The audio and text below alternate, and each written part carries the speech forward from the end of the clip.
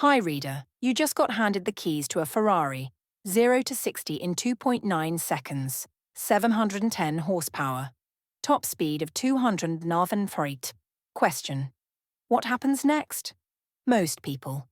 They stall it at the first light, or they punch the gas and lose control before they hit third gear. Some wrap it around a tree at the first corner. A few learn to drive it properly. They practice, they study, they fail, they get better. And then there are the pros. They know exactly when to brake, which line to take through the corner, how to position the car before the apex. They can push it to the limit lap after lap without breaking a sweat. That's what using an LLM, AI, is like right now. Everyone has the keys. ChatGPT launched. Claude appeared. Gemini showed up. Suddenly, everyone has access to a supercar sitting in their driveway. The barrier to entry: 0. Type words. Get words back. Simple. But here's what nobody tells you. Getting output from an LLM is easy. Getting good output? That takes skill. Real skill.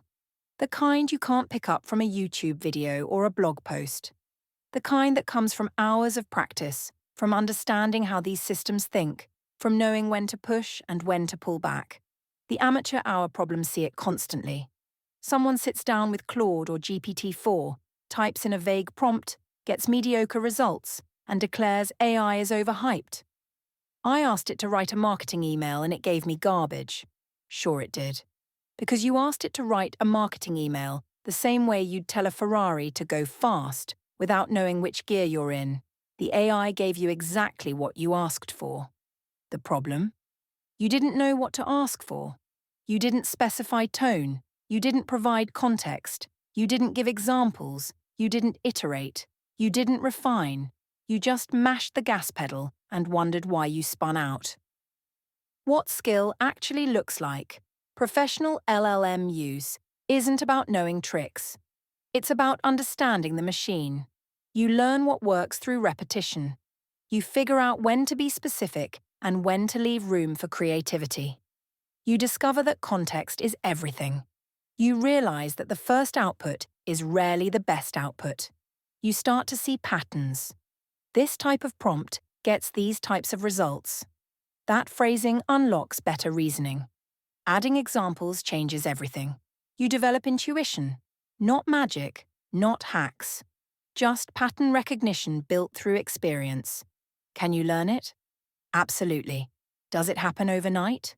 Not a chance. The productivity multiplier. When you know how to drive the car, everything changes. Tasks that took hours take minutes.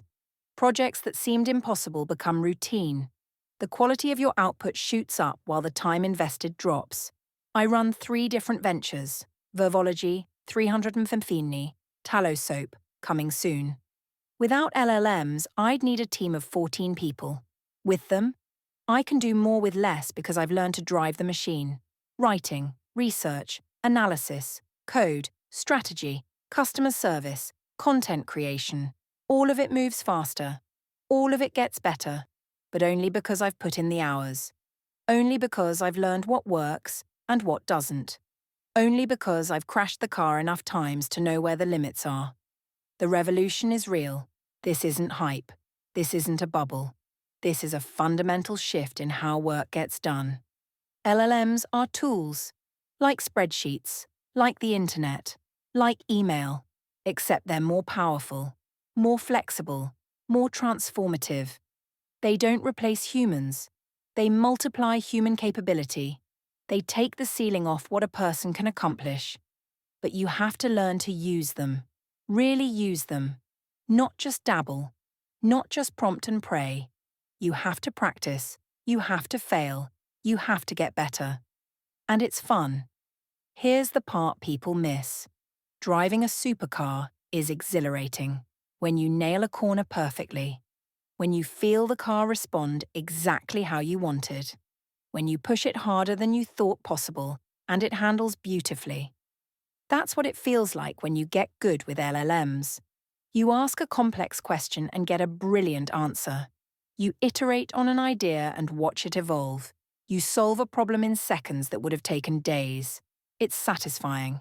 It's exciting, it's genuinely fun, but you only get there if you learn to drive. So, what now? You've got the keys. The supercar is sitting there waiting. What are you going to do with it? Are you going to tap the gas nervously and complain it's too complicated? Or are you going to learn to drive it properly? The machine doesn't care. It'll sit there whether you use it or not. But if you put in the time, if you develop the skill, if you learn to push it without crashing, you'll never look back. The future belongs to people who can drive fast without wrapping it around a tree. Start practicing. Jono.